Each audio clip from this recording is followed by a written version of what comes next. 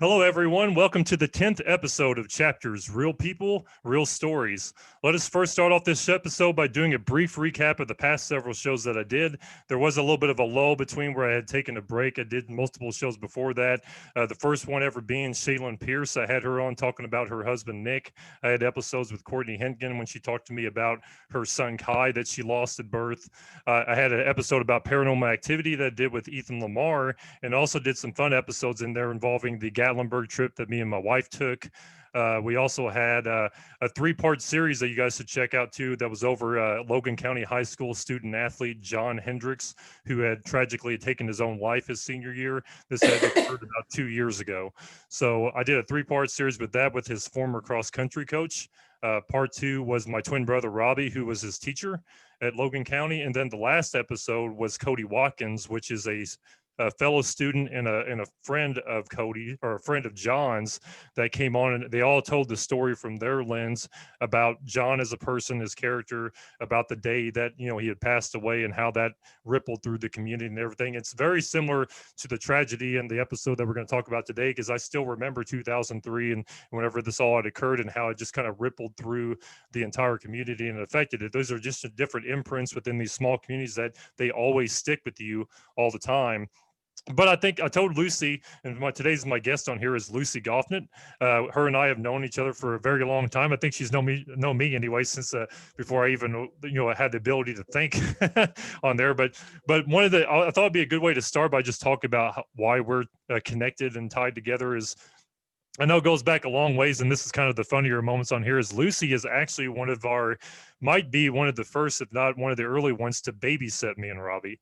So she had the privilege and the honor to babysit little Ben and Robbie Malcomson, the little Asso twins on St. Louis Avenue, that she had her hands for.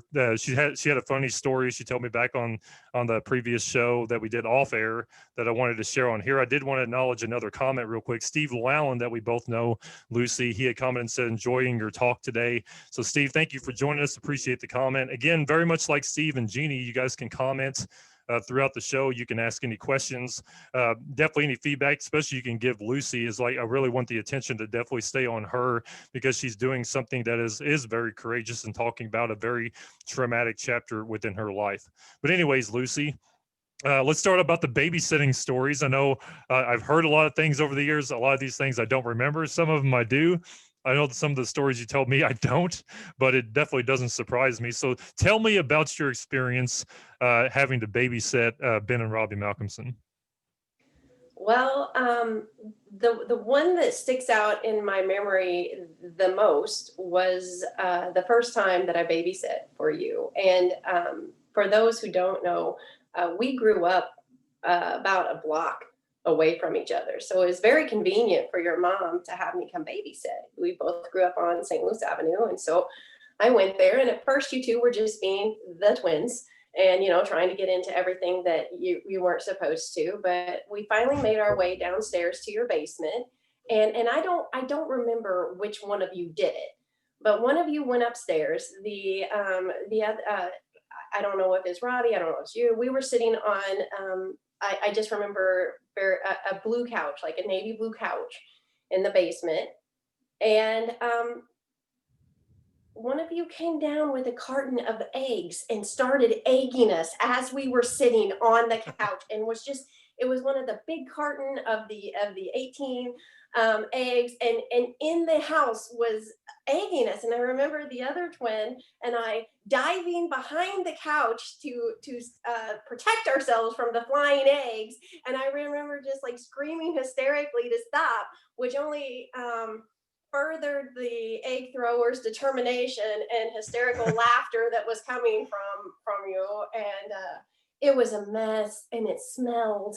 And your mother probably wondered what in the hell happened to all of her paper towels and all of her washcloths. And I don't know if you guys ever got the smell of those eggs out of that couch. I don't know. I tried, is all I can say, is I tried. If it's the couch I'm thinking of, it always did smell funky, so that might be the reason why it did. I don't remember. I feel like after you told me the story that I remembered it, don't remember who the egg thrower was, but it could have easily been either one of us. But the fact that you trying to diffuse the situation was only adding fuel to the fire only makes the story that much better, because it doesn't surprise me. I know we've done far worse than that before. I've heard so many funny stories from different people. If Chris Corley's in here, he told me one of the most hilarious stories I've ever heard at the funeral home for John Matt during the war, so which is more about a celebration, and it felt like that. But I heard a lot of different stories. People still to this day bring up the backyard wrestling that we used to do back Yeah. then. It's funny how people still remember that. I wanted to take a moment too, real quick, before I continued on that story, was just acknowledging some of the comments. Jennifer Scherzinger, I'm sorry if I'm pronouncing your last name wrong. She Yeah. says, hi, Lucy. Minette Van Winkle says, good morning. Jackie Dupont says, hello. And TJ Marcilli Ball, she says, what an amazing woman. Hi, Lucy.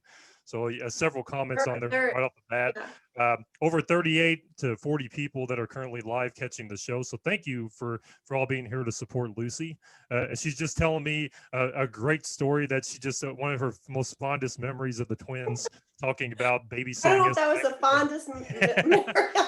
I do remember her saying that she did continue to, I guess, babysit us for at least a little while. I know we went through a lot of babysitters. It was like a carousel of like the town basically banded together to take care of the Malcomson twins. But I know Lucy had to come back over at least with a friend to have backup going forward. So yeah, that was I hilarious. That with a friend after that. I had to have backup. Yeah, and you said junior high, right? You're about junior high range. Yeah. Then? Okay. So like the first time was like a zone defense, and after that I went man to man. Anytime like I had to babysit you. Well, you see, you need to have backup, because you're handling two twins there. I mean, if you got one of them, you think you got one of them cornered, the other one's probably behind you, getting ready to plan something else different there. Just to acknowledge a few more comments. Pat Shepard Linney says, love you, Lucy, with a heart. Kevin Rhodes, he says, good morning, Lucy and Ben. So thank you guys both for joining us. Continue the comments, and also any questions that you want to have on there. Again, Lucy's telling some great stories about her connection and how she used to have to babysit. And I know there's a lot of others that are probably joining the show live or later on that have also had the fortunate opportunity back in the day to babysit me and Robbie. And we've learned so much from them, and also, especially over the years. But still to this day, in all seriousness, I have deep, profound respect for Lucy. She is a dear friend to me, even though we don't get to talk all the time. But I'm sure it's probably still weird for her to imagine this little kid that she used to babysit now is 37 years old and talking to her on a podcast show. So it's probably weird. Some more comments on here. Karen Herzog, she said, good morning to you both. And Tammy Harding said, she said, I took you to a village, I think is what your comment. It looked like it kind of misspelled on her, but Tammy, thank you both for your guys' comments as well. But again, what this episode is about is several different layers. We're going to talk about Lucy as a person. We're going to talk about her profession, and we're also going to talk about the tragic story of her first husband. So that's going to be towards the end of the show. But let's go right to chapter 1, Lucy. Again, welcome to the podcast show for the second time, for the record. But this first chapter is going to be about who is Lucy Goffman. So eventually, all those in the Facebook Live audience and they're listening to it later on probably know her or of her, and they know me or of me, but there might be some of the audience that doesn't truly know who Lucy Goffinet is. So Lucy, this is the platform for you here that I'm going to lump a few items together. Tell the audience a little bit about where you were born and raised, about your mother and father, and also any siblings that you had.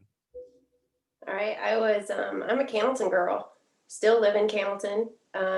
Roots run deep here. I actually live in the home that my great grandmother built, that my grandmothers both lived in. This is where I belong.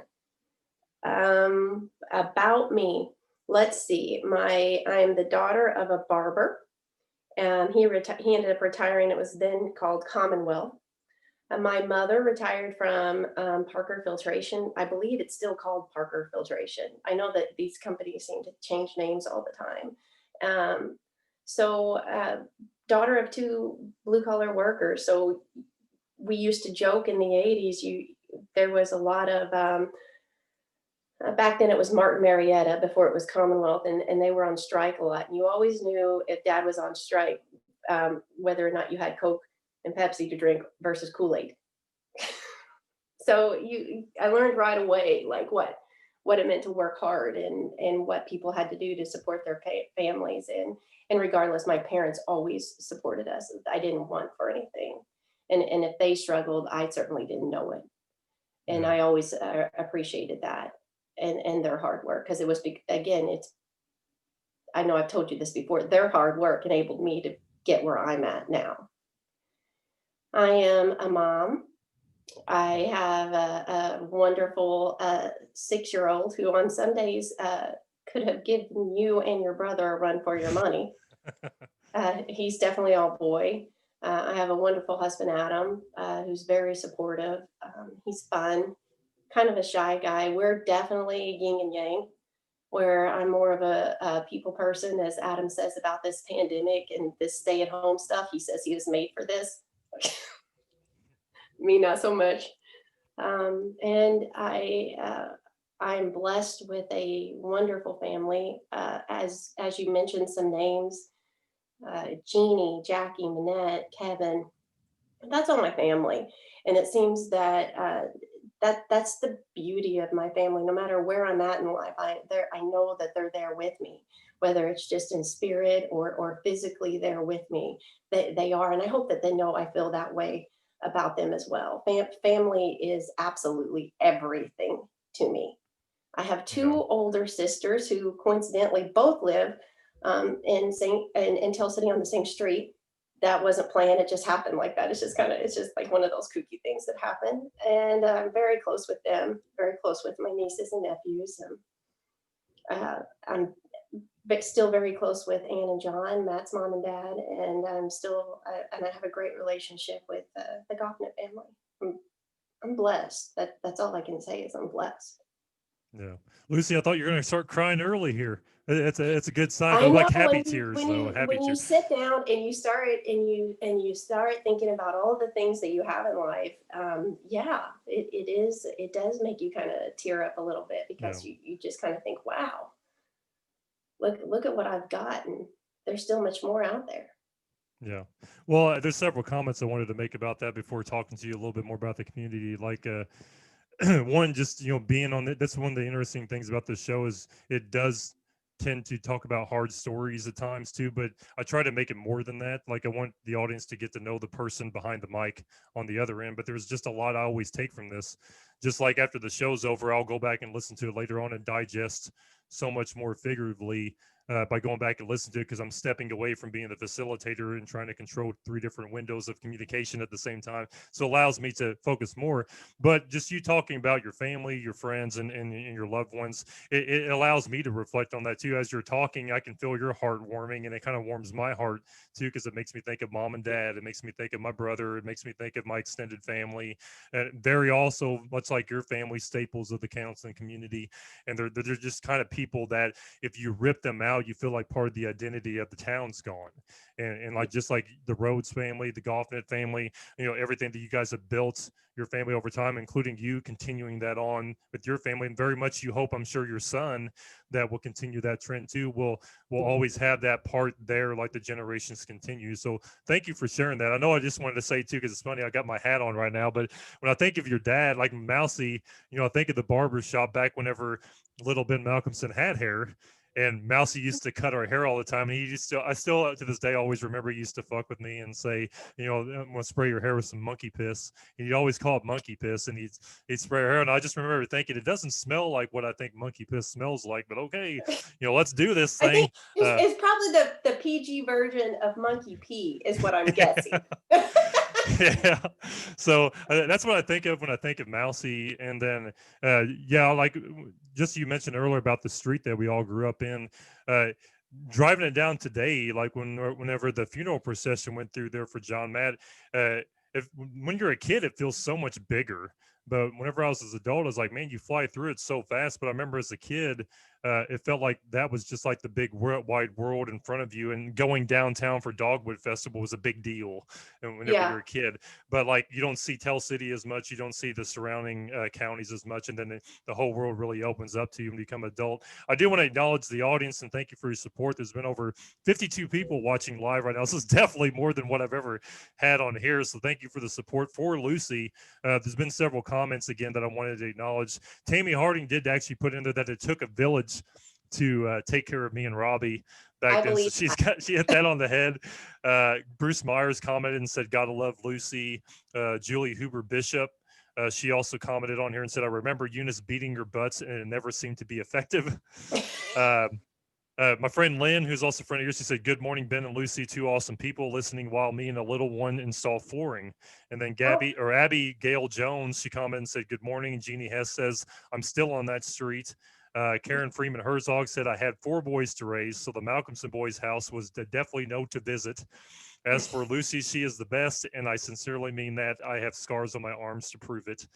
And then Kathy Lackey also said, Kathy Lackey also commented with the heart. I know I didn't get to emoji interact with each one of those, but thank you for your guys' comments. But before we continue on with that part, we talked about the babysitting part too, so we can skip that.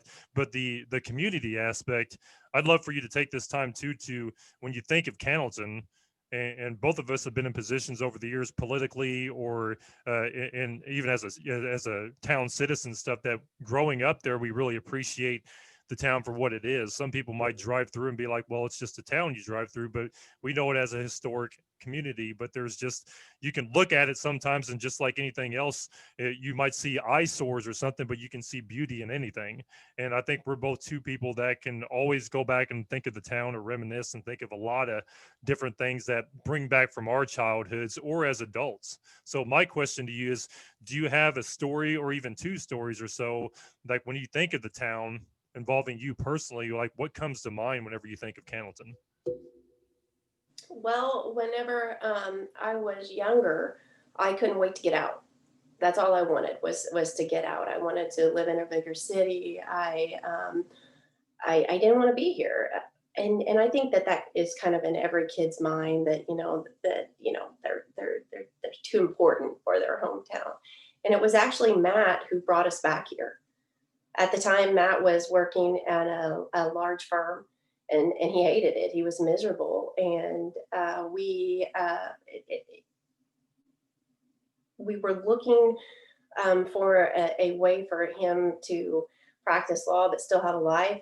I was working as a prosecutor in Vanderbilt County and loved my job, wasn't really thrilled about moving. But my grandmother, who had died a couple years before, had lived in this building. And it kind of, we both just had the idea that if we could buy this building that was Kendall's Market, turn it into his law office, he could, whether his law office was a success or failure, with my income, we could make it. We could live here and he could still have his law office. And so Matt is who brought me back to Perry County. And what's funny about that is Matt was not originally from Perry County, but absolutely loved it here. And he loved Cannleton. He loved the people here. He always said that everyone felt like extended family here. And I'm a strong believer of God will put you where you need to be. And I could not imagine if we would have stayed in Illinois, or if we would have moved to Evansville, and having what happened to Matt happen and not having that support here. And then I met Adam, and Adam loves me, and whatever I love, he tends to love, and he knows how much I love this home. And so we've built our home and our life here.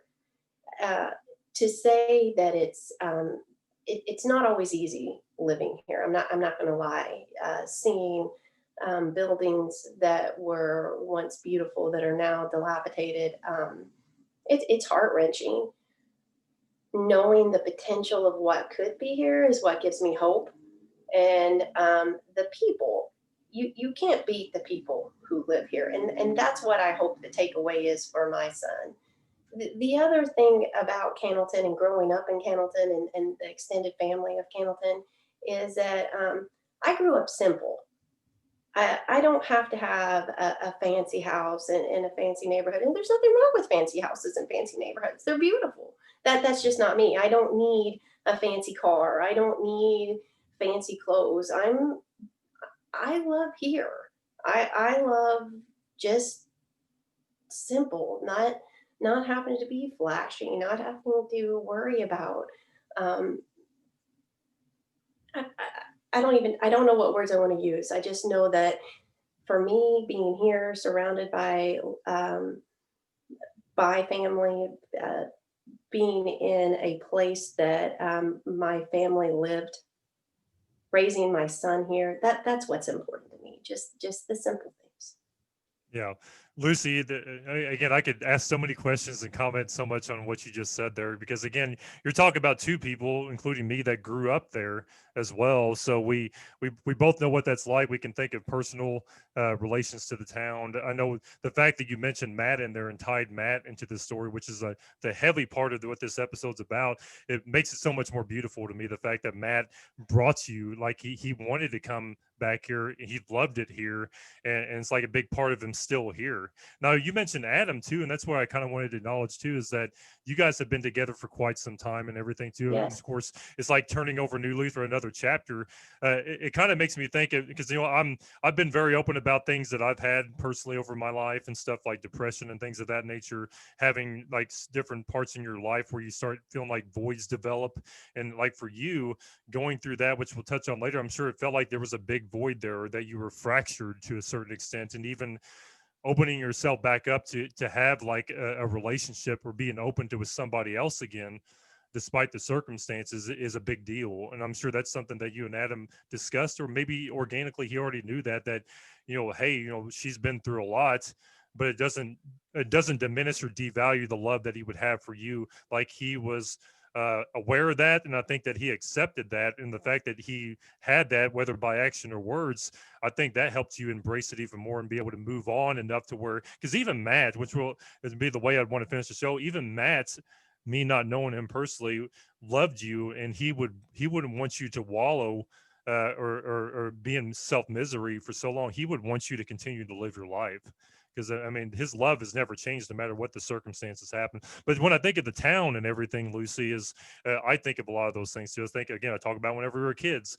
going down the 4th Street trails and about killing myself on a bike, going over those big ass routes through the trails as a kid. I could think of all kinds of different, going down to the river, sliding, snow sledding down the levee down there, going behind the flood wall, walking on top of the flood wall, which I think is something that we've all done. Yeah, you're laughing about that because that's probably one of those that you see drive down and see a couple Malcomson boys walking who are very uncoordinated. Robbie's on the chat too. We're uncoordinated anyways, and the fact that we're walking on top of the flood wall is just not a good combination. But No, those are I'm just little. thinking now that would be a DCS call. But I mean, I think that I'm going to acknowledge some of these comments here in again a little bit, because a lot of them are coming in. But no, I mean, we're just talking about the community, and I think it was really well put the way that you described it. And I still get the way that I would describe it when you were trying to find the words is I still will drive through Cannleton or go to Walls Drive-In, which thank God that's back open. It feels like a part Thank of the God. town's back again. And then so props out to Whitney Nugent and all them if they're listening in. But thank you for doing what you did. But going through there or going to visit my friends or so on through there, you always feel like this like organic sense of security come over me. Like I feel like I'm in a safe place. I feel like, no matter how far you go, that's always your home. That's where you went. And I feel like I had a simple childhood too. Mom and dad were middle class workers. Mom cleaned houses for a living. It's not like we had a lot of money either. So I could only imagine what that was like for them to try and take care of 2 twins and an older brother and all that. And I just still this day amazes me how strong they were to get through all that. But again, touching on all that there, I want to acknowledge some of the comments again. Susie Vogt, she says, "Love you, Lucy." I hope I'm pronouncing your last name wrong, right?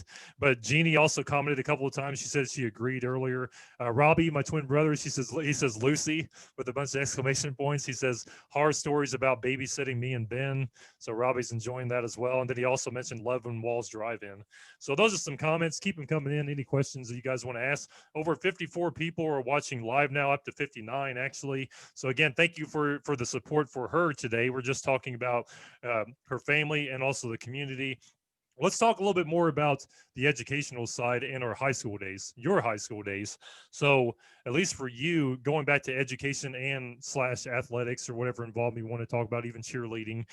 When you look back at, you're like, when you look back at high school, those high school days, Lucy, I mean, you think back then, now correct me if I'm wrong, you're in the heart of the 80s and stuff too, or at No, least no, no. towards I was in the right? Was 90s. it in the 90s? Okay. Well, still, the 90s were interesting for us. We still remember that. I was a child a lot of the times, but I still remember the 90s. but like completely different type of life back then. No cell phones like the level that we had now.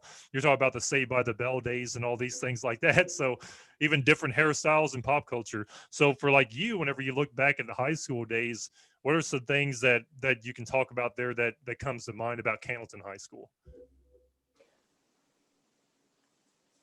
I loved high school. I truly did. And thank God we had a very tight knit group.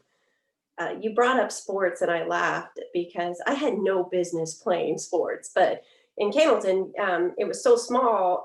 When your friends played sports, you did too, so that you could be with your friends.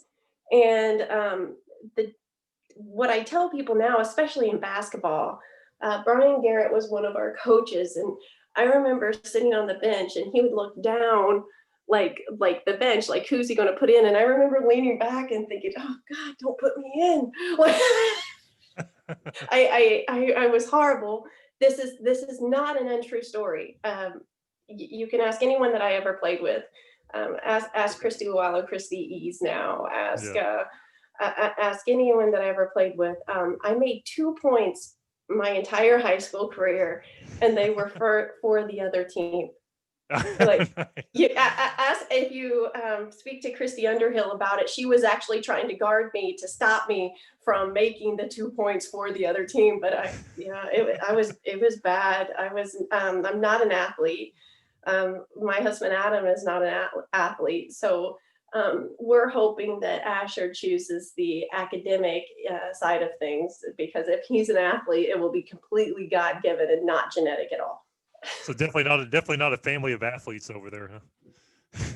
Well, the Goffinet side, yes, and my sister Mari was not bad, and my cousin Kevin was a good athlete. But as far as I was concerned, no, I'm a horrible athlete. I got the way you said that. No, not at all.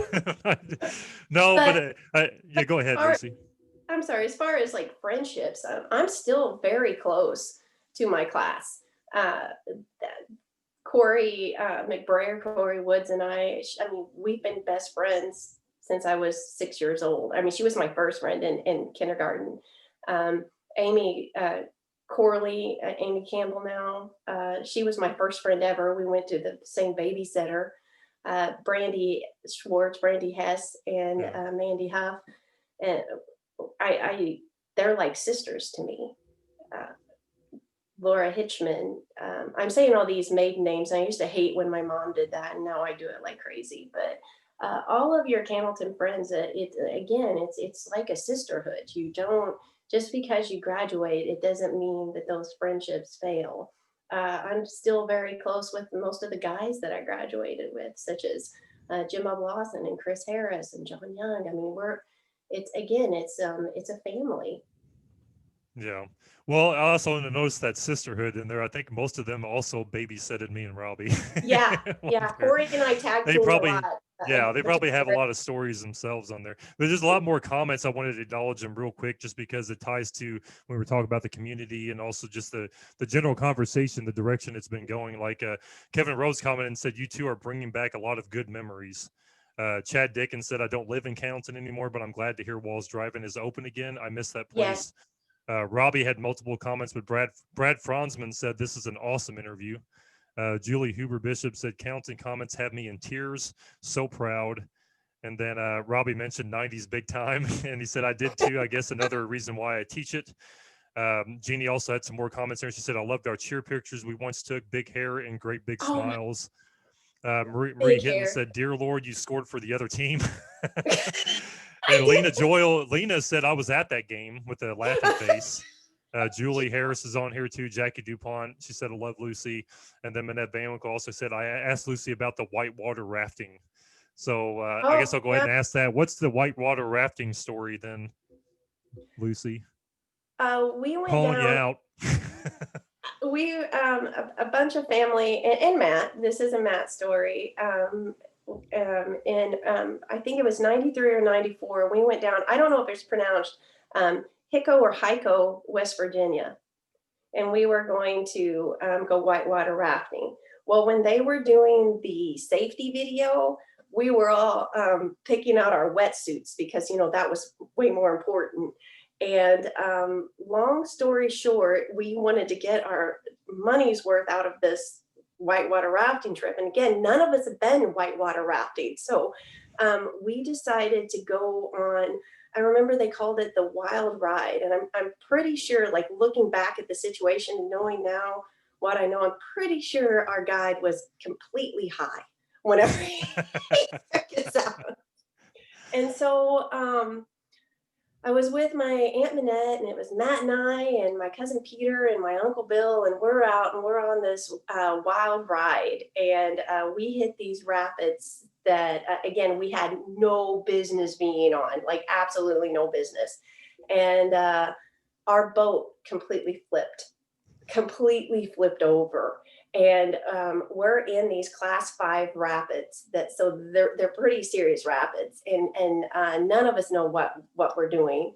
My cousin Peter completely freaked, and he was literally pushing me down in the river so that I could so that he could pull himself up so that he would not drown, but I obviously didn't survive it. You were And the my life Aunt Minette, raft. like, I don't know what I'm allowed to say here. Oh, you can. It's completely uncensored. You want to just Okay, let it so loose and go for it. Minette saw that Peter was basically drowning me, and so she started screaming, "Kick him in the balls!" And to be honest, I don't know if I kicked him in the balls, but I do know that I got away from Peter. But what happened was, I got shot down the river. The rapids shot me down the river, and I was not around anyone else. And unbeknownst to me, Minette took off after me. She saw what happened, that the rapids had shot me down the river. I went so far down the river, I actually caught up to the next group that had left before us, about an hour before us. And so Wow. I almost died. The only one of my family members who was there to save me was Minette. I don't know what happened to Matt, I do know Matt had the opportunity to grab me or grab the boat, and he grabbed the boat. Everybody's trying to save And I'm themselves married somehow. anyway. At least he didn't use you as a human life raft like your cousin. That's what Peter was trying to do. Yeah. Which is funny because you say kick him in the balls, and his name is Peter as well, so that really kind of goes well together too. But that's like, no, I love that story on there as well. We got a lot more comments I wanted to acknowledge on here too. Robbie just said went from G-rated to PG-13 all of a sudden. So just to add a little funny in there, I feel like I want to make a hashtag after the show that says hashtag kick him in the balls on there. So that's gonna be too great. Ed Llewellyn, one of our former teachers, Lucy, that we can both relate to, he just said he's watching.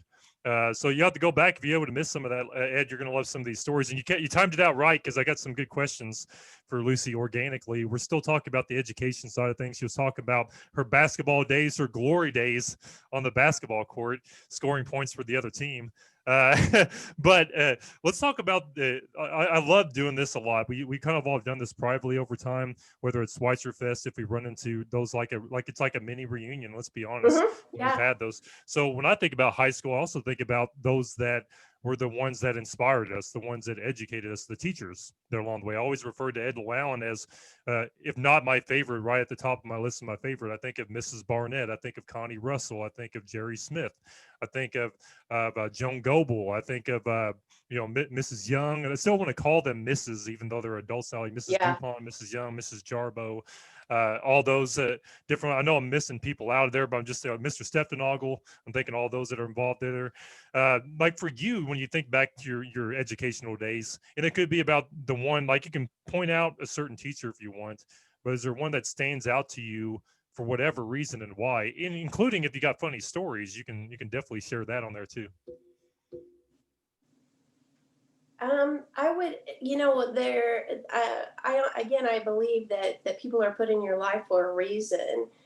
I remember Miss Bennett had to be one of the most loving individuals that to this day I have ever met. I mean, she greeted us every single morning at St. Michael's with a hug. And not just one of those like little pretentious, I mean, she hugged you and you knew right away that she wanted you to be there with her that day. I know that Miss Young was one of those teachers. She taught fifth grade, actually, and she was one of those teachers that you felt like you could confide anything in, from the boy that you like to anything. She was just a fun teacher. And who couldn't or who didn't love Mr. Llewellyn? If you walked through or went to Myers Grade School and had Mr. Llewellyn and he wasn't one of your favorite teachers, then you did something wrong. It was you. It definitely wasn't. Yeah. uh, he made learning fun. That's the only way to put it. But as far as who influenced me the most to where I am now, and I don't know if he was there when you were there, but Lowell Harris. Yeah, Uh, I remember him a little bit, but he was, I believe, retired the year before we entered the high school. So I okay, still remember being at the old gym when they were kind of doing a send off for him. So yeah, we just missed him. But he was a neighbor of ours. He was right behind yes, our house. But yeah, yeah. definitely go ahead, talk just about Mr. Harris. He was quirky, and at the time, we all had fun making fun of him. Which, looking back, I really kind of regret not to make. But as far as what I learned in his class, I couldn't do what I do now without what I learned from Mr. Harris in his English and literature classes. And I am an avid reader. I attribute that completely to him. I remember he would make us read things, and I remember throwing such a fit about anything John Steinbeck. He was a huge John Steinbeck fan, and as much as I protested, I'm not going to lie, I always ended up loving the books that he chose for us to read. Um, and so, yeah, he definitely, as far as who influenced me the most out of high school, but I didn't know it at the time. Does that make sense? Yeah. Like I Oh didn't yeah. know it at the time to appreciate what he was doing and the lessons that were being taught. And I couldn't have graduated law school without the skills that he gave me. And so I'm very thankful now. And I wish I could tell him that now. Um, one time I told him um, that I was very thankful to have him as a teacher. And I think he thought I was like teasing, but I truly wasn't. I'm very thankful for him. Oh, I got to acknowledge some of these comments. I want to comment on the teachers too, but there's a bunch of comments on here I want to acknowledge. Ed Lown said nothing would surprise me with you two. He loves it, what we're doing right now. Daniel Bennett Kirkley, she put a bunch of heart emojis on here. Robbie said Ben and I were right at the end of Mrs. Bennett working there, and you are right. She was so loving. Also loved Mr. Llewellyn. Felicia DuPont, she commented and said Mr. Llewellyn inspired me to become a teacher. His class Oh, was amazing. Robbie talked about Mr. Harris living behind us, which I acknowledged. And then also Chris Harris, he put a Mr. Harris quote on here. It says, "Now, people, you're going to lose your free time." yes. It's just, I did. We were horrible. We were yeah, horrible to him. Like, yeah. Well, we all were. I mean, I remember we used to fucking. I'm just gonna kiss a little bit, but sorry. But we used to just drive some of these teachers mad. But by the time that we became seniors, I remember a lot of them treated us like Mr. Smith, Mr. Jerry Smith. He hated us whenever we were in junior high. But by the time yes. he was seniors, I remember him hugging me and Robbie. He was doing like a double hug us at the same time. He's like, "I'm gonna miss you, boys." I still remember him doing that. I know Robbie would remember that. But yeah, unfortunately, we didn't have Mr. Harrison. We didn't have Mr. Alley either. So I don't know if you had No, I didn't, Mr. Alley. Mr. Allen. Yeah. But yeah, we didn't have him. But we had Mrs. Newton. Jill Newton was mainly the one I Yes, think I that had took her for over drama. around that time, or that we had the most experience with. But I know, just to acknowledge some of the teachers myself, I do think of Mrs. Bennett.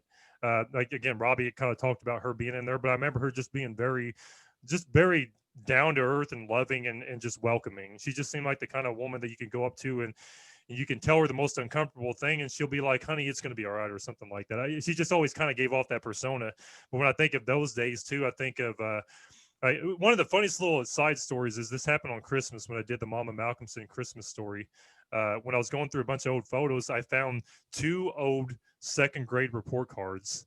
One was Robbie's and one was mine, and it was eerie as shit. Like, I read mine and it said Mrs. Young had said Ben's having trouble holding attention on task. And I was like, hasn't changed much at all. And then I read Robbie's, and Robbie's like, Robbie is getting ahead of task. He is working farther ahead than where the directions are. And Robbie, I screenshot it and sent it to him. And he's like, nothing has changed. We're still that same way to this day. So I thought that was kind of a little funny thing to see.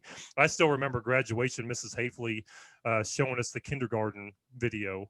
That surprised all of us with that. We didn't even know there was video proof of like a show and tell day in kindergarten. I mean, we remember those moments. But like I remember Myers Grade School, when I think of that, you think of the playground, but I think of more of the teachers. Like they all were so personable. They treated like holidays, like Halloween.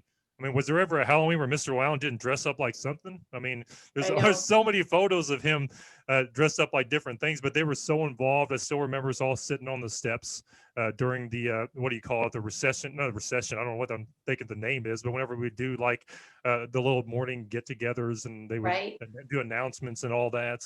I think of the pep rallies when we go to the old gym, and even though we would be in third grade and didn't stand a chance against the juniors or seniors, we think we win that spirit stick. It was like a big deal to everybody. But I remember just the level of pride of Counts in Black and Gold, especially for me as a kid, felt very strong. And I'm not saying it's not there today, but you can feel like maybe it's your imagination is just running wild. I mean, I can go on and on about all that, but yeah, Mr. Lowndes, one of them too, that stands out to me as he's someone that taught me and Robbie a lot, even though we were big pains in the asses to him probably too. Especially he used to hate whenever we would switch seats on him and Mr. Slaughter. Slaughter gave us a detention one time for that because we chose a really bad day to do that. And he gave me and Robbie detention for that. But I remember Mr. Lowndes, like, it wasn't just about education. And I can't imagine what it's like teaching multiple levels of education just to fifth graders. But he also taught us a lot about, just being a good human being in a lot of ways, especially as a kid, whenever you kind of know right from wrong at that point, but he just had a way of the way he would deliver information to you in class or on a personal level. He had a really signature way of doing that, but they all had their own type of ways. Mrs. Groves, I mean, how have I not mentioned Mrs. Groves at all from fourth grade? I mean, she was a strong woman. I mean, she's another one that's gone in the recent years that feels like a staple of your life's ripped out. Mrs. Effinger, who recently passed away. I can't not go on and mention her. They all have significant roles, including our teachers. Mr. Sprague was a class counselor of us. I want to mention his name. So, like, again, we could spend all episode talking about just high school and everything like that. But I love that. I know I did want to. You kind of mentioned, you talked about your family and everything on there as well. I mean, I'm sure we can go into that even more too. But I'm going to continue on to chapter 2 now, which is your profession. And I know this is like considering your profession, everything like that. Again, you have full control to do however detailed that you want to do on this and everything. But let's start with just the origin nature of you getting involved in that. Like, what inspired you to get involved in the profession that you're doing now? Well, let's see. Like, how did what made me decide to become an attorney? Like what made you want to get involved in law and everything like that? Was it something you always kind of wanted to do, or did you? No, I was one of those kids that never knew what they wanted to do, and I started at USI as thinking that I wanted to go into social work, and I remember calling my mom the first semester of my freshman year saying, I don't want to do this. Like, this is not at all what I was expecting. And she said to me, she said, Lucy, you don't have to decide right now. You've got time. Which was probably the wrong thing for her to say to me, because I did not have a major until in my junior year. I think it was second semester. My advisor called me into the office and he was like, you got to pick a major or else you're going to be paying for like taking classes that you don't need. And a funny thing about me going to USI is I wanted to go to IU. Like that's where my dream was. I wanted to go to IU. And I remember coming home one day and my father was sitting at the kitchen table and I could tell that he was reading a letter from USI because I could see from the back of the paper the logo, the imprinted logo. And it was a USI logo. And I was like, what's that? And he said, it's a letter telling me you're going to USI. I got a scholarship to go to USI. So, you know, when you come from a working class family and you've got a scholarship to USI versus what I'm going to have to pay to IU, yeah, I went to USI.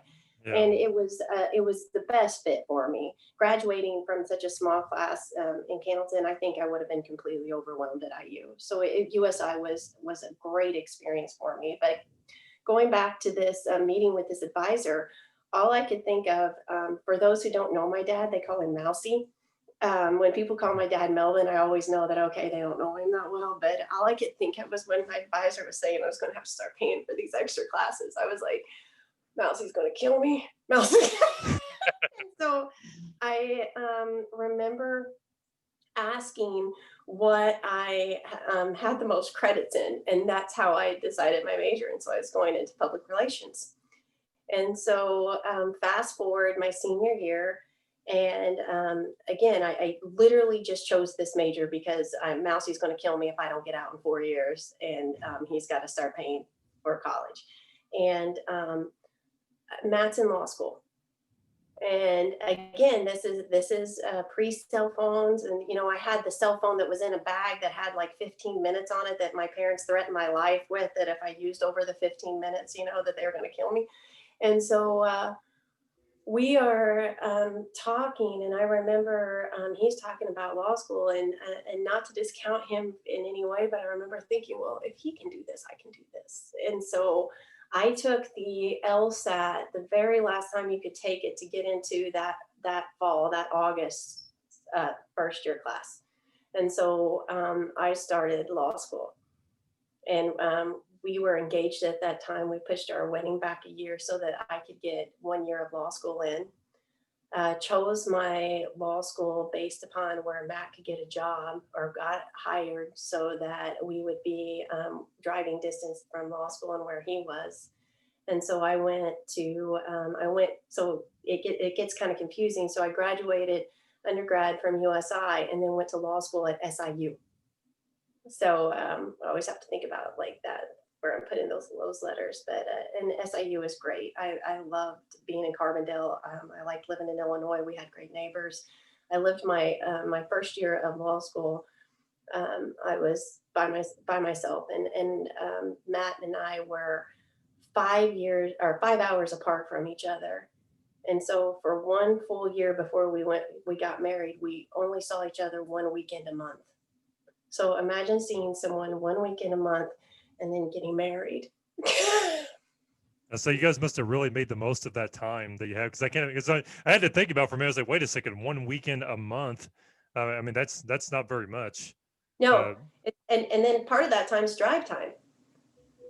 And so because he went to law school in Indianapolis, and I'm in Carbondale, Illinois.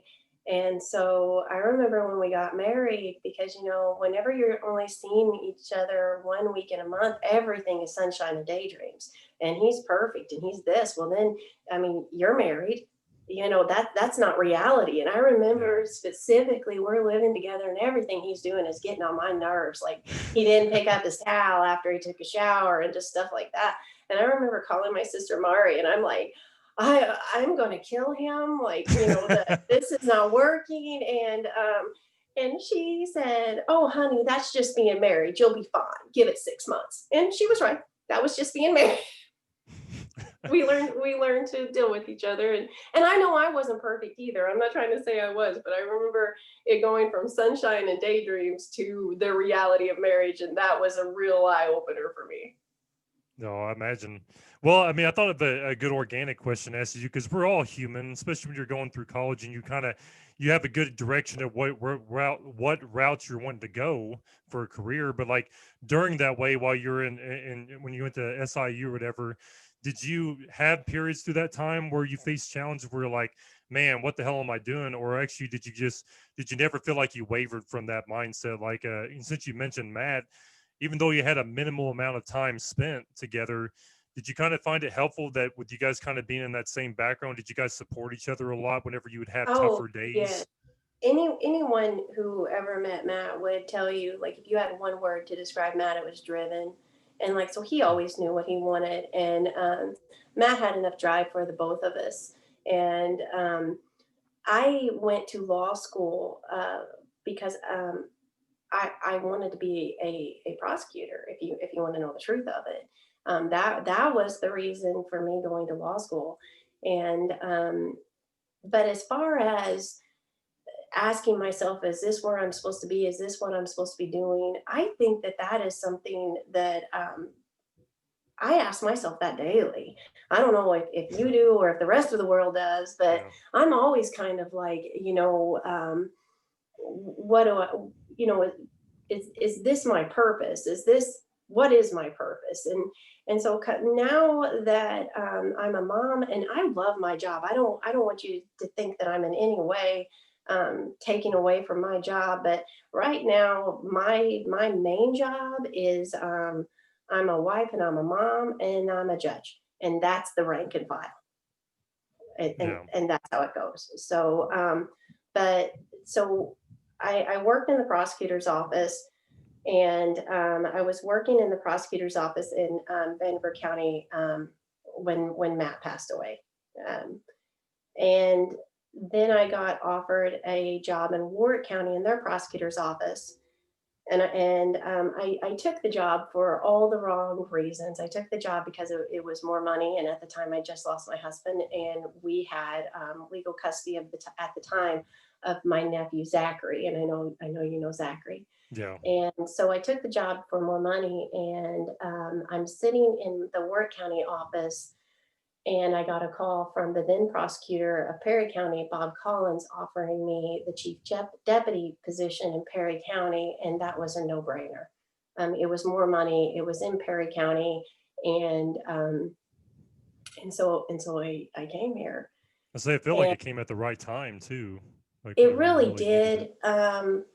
It was hard having that kind of drive, and also the Warwick County job came with the stipulation that I would move within the year. Oh wow. And so I again, that's why I think the universe has told me multiple times that you're where I want you to be. Stop, because that's the second time that I again wanted to move someplace bigger, and um, things happened that kept me here. And so I got the job in Perry County, met Adam. But as far as how I became judge, at the time practicing law in Perry County under the administration that was there was hard. It was very hard, and I took a chance, and I ran, and I was successful in my bid to become a judge. Did I ever think, or was that ever in the life plan? No, that was. If you would have told me then, when I took that job in Perry County, that I would eventually be the judge of Perry County, I would have never ever believed you. That was never an aspiration of mine. Um, but I do consider it one of the biggest blessings of my life. I say I like how I think most of the audience would agree on this too, is how you say, here's family, here's my profession. Like you never kind of waver from what's most important. And obviously that doesn't diminish your job. You consider it a great honor. So another organic question for you, since we're talking about the judge role now, I have to ask you out of curiosity, when you got that role, that first day as judge, what was that feeling like for you? Were you nervous? Were you anxious? Were you confident? Like, what was going through your mind that first day on the job, actually being judge? I got there at 6 a.m. Felt like I was going to throw up pretty much the entire day. The first case, and my docket was triple booked purposely. So I knew going in it was going to be god awful. And I came from a completely criminal law background. And my first case was a divorce. And it was a pro se divorce, meaning that neither of the parties had an attorney. And so it was all on me.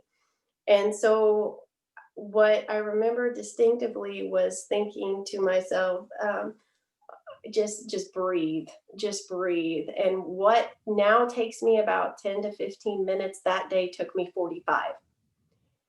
And then I remember about that day, uh, David Falkenberg was chief of Tell City Police, and Alan Malone was the detective, and they just come in. They just come into the courtroom and they just sit. And I'm just sitting there with dread, like, what's going on? They got a warrant. Like, why are they just sitting here? Like, what do they want of me? And they're very close friends of mine. And then a little bit later, Greg Hendershot joins in, and I'm like, what are you doing? And they're like, oh, we just wanted to see how your first day was going. So I'm they left you in all of suspense this for a while. anxiety, like, what are they doing in my courtroom? And I've got all these civil cases just coming in, and they're just sitting there, and they were just there for the show. Yeah, you're like, I think I need to get better friends than those involved in law enforcement. This is making it too confusing. You need to start coming in with a very clear introduction of what you're here for. No, but I love the fact that you talked about that first day. I could only imagine what that was like for you, and to have a divorce situation as your first case, on with neither one of them, like you said, having representation, I guess, to that level. That I could imagine that situation. That's a hell of a way to start off as judge. But I always kind of found. Go ahead. They were so kind and patient with me. I was. Well, I actually want to spend a moment too to acknowledge some more of the comments. Let me see if I can find my way back up here. But I know Robbie said he talked about morning assemblies with Mr. Hunter singing to us. I remember that too. Whenever Mr. Hunter was our I guess he was our principal at the time back then. I don't think he was there for too long. But I know he said, "I don't get mad, I get even." Quote, which was Mr. Slaughter, yes. That he was famous for doing that. Zach Simpson, he says, enjoying this episode, lots of great memories. Mike Witten said, hey. And he also commented and said, Matt was a great guy. He got me custody of my child, and Mousy gave me my first haircut. So that was from Mike Witten. Mary Elder, she said, love you, Woozy. Listening to you and Ben both. And also Felicia talked about her enjoyment of USI. She says, so nice for a small town girl. Marie Hinton, she said, I don't even know how many no-bake cookies when you were upset. Which I'm guessing that's my sister Mari, and when I got homesick, or pretty much any time came home, she would bake me get baked cookies, and I usually would have to fight her son off of them. So nice. Yeah, Robbie, well, again, I think he's a teacher, but he says hearing her journey is wonderful. My law club students would admire her perspective. And then Roxanne Simpson, Zach's mom, says such a wonderful lady. Robbie commented on a couple more times. He said, just show up with cutout Lucy Fathead posters to hold up in the courtroom. Cassie Young said, Matt and Lucy saved my son and I will forever appreciate what they did for us. I'm sorry, I think I said her name wrong. Just Casey Young or whatever said that. Robbie said Mousy would say the spray bottle was cat pee. You said that too, but he used to say monkey pee too, Robbie. I remember the monkey pee comment on there as well. But those are some of the updated comments.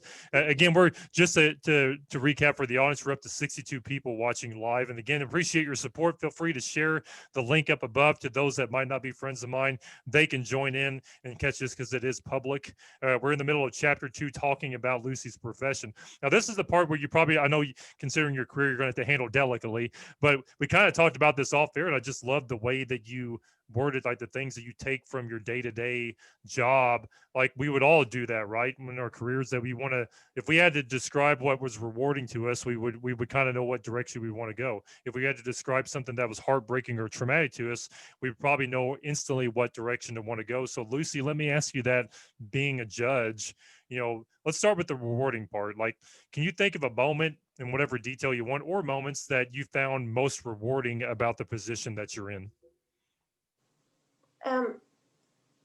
Any adoption that I do is hands down the most rewarding. And I think that if you ask any circuit court judge who has general jurisdiction like I do, of course I would love to spend my whole day just doing that.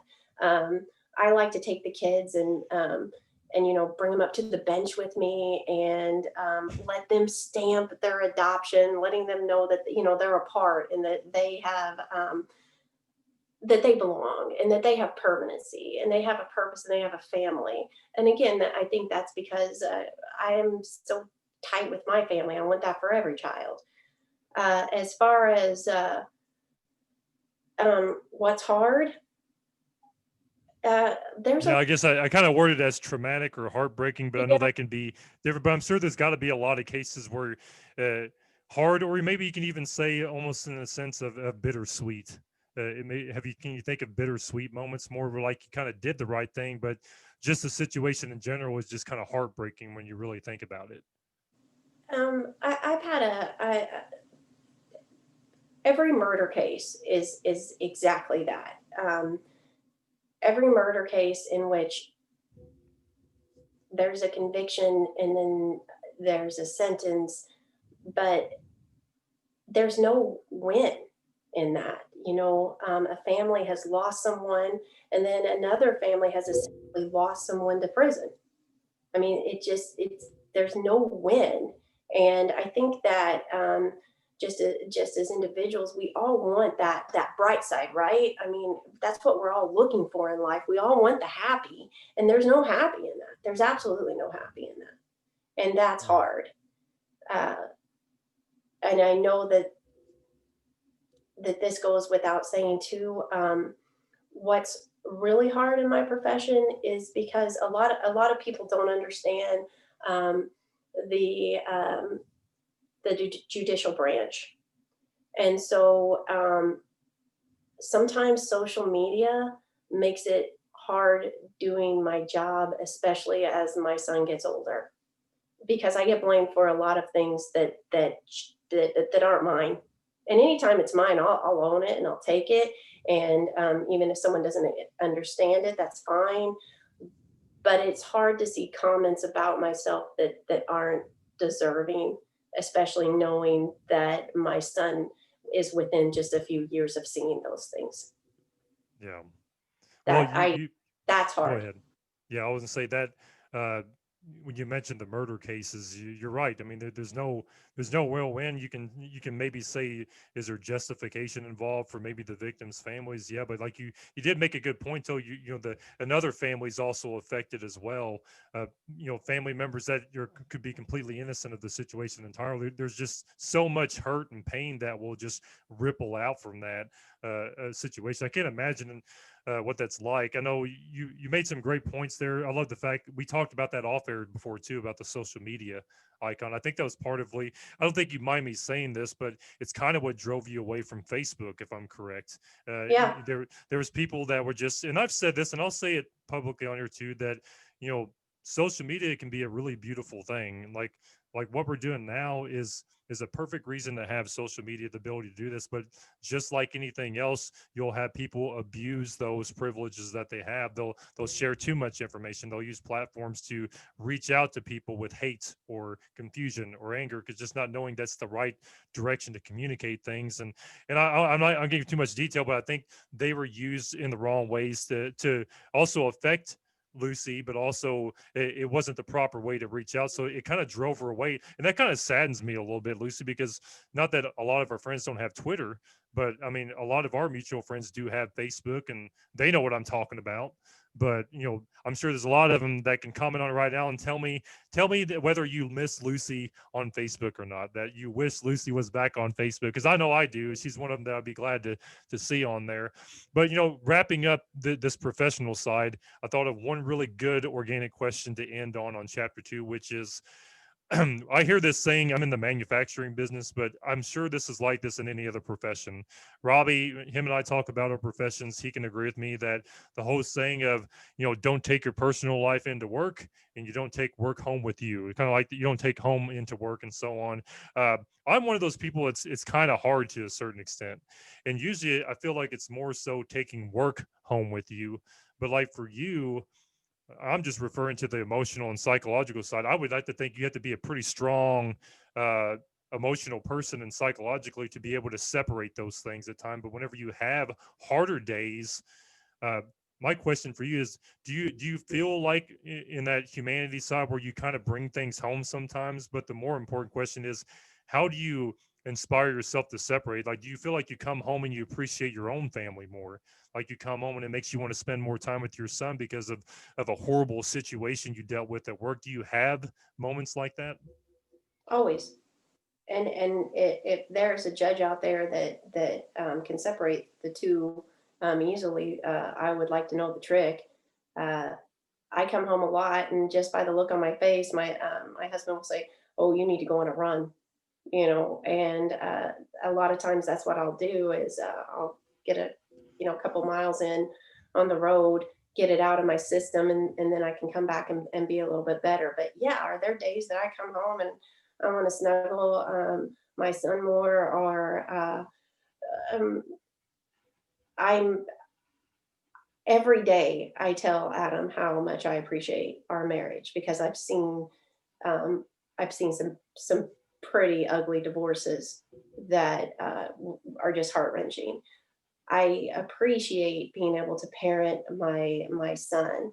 I I've cried a lot for mothers who have lost their children to addiction. I was at a conference a couple of years ago, and the presenter asked us to think of the people that we know that have directly or indirectly lost their lives to drugs.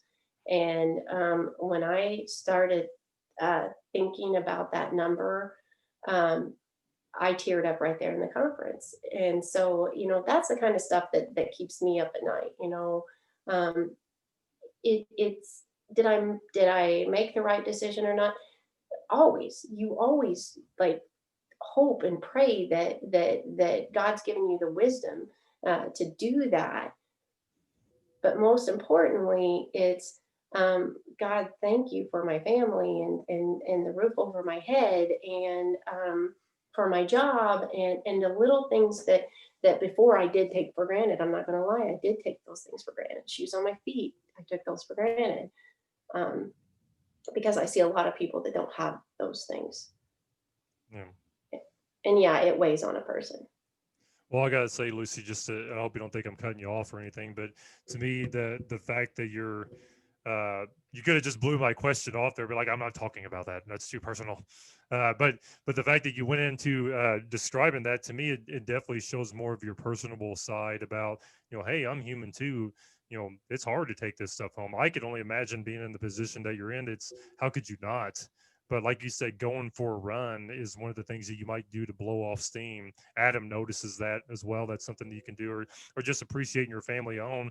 You talk about the people that we lost. Like we both have lost people on a personal level and everything from drugs and what they can do to families. They can just literally tear them apart. Divorce can tear families apart. So it's just, I just can't imagine the complexities and the overwhelming nature that you'd have to deal with, and just being able to separate that. But talking about it right here, especially on this platform, one that you had stepped away from, because I got you on Facebook Live and there's over 72 people that you're a celebrity here, Lucy. I mean, apparently 72 72 people. makes And me a celebrity. Woo! yeah, I mean, right here, all of Perry County. No, I mean, it's just no. Hey, don't kid yourself. It's probably all my family, and they're probably on different devices. They probably yeah, they're trying to stretch the numbers. Don't inflate the numbers, people. You're just inflating her head over here. No, I mean, I just think that it's very telling to me of what people, and they're listening, and there's people commenting about how they wish you were back on Facebook. I mean, there's a tons of comments on here, and the reason why I'm going through an analogy of these comments for people that are jumping in late is because Lucy right now doesn't have Facebook, so she can't see them all. So I want to make sure she hears these different ones. So if I miss them, I'm sorry. Just to tie back to some of them, like Jerry Lynn Alley said, "I love you, Aunt Lucy." Um, Mary Elder said Lucy was my daughter, first friend. She called her Wozy Woes. Is that how you pronounce it? But yeah, uh, the L was okay. But Pat Cipollini said you're awesome with the adoptions.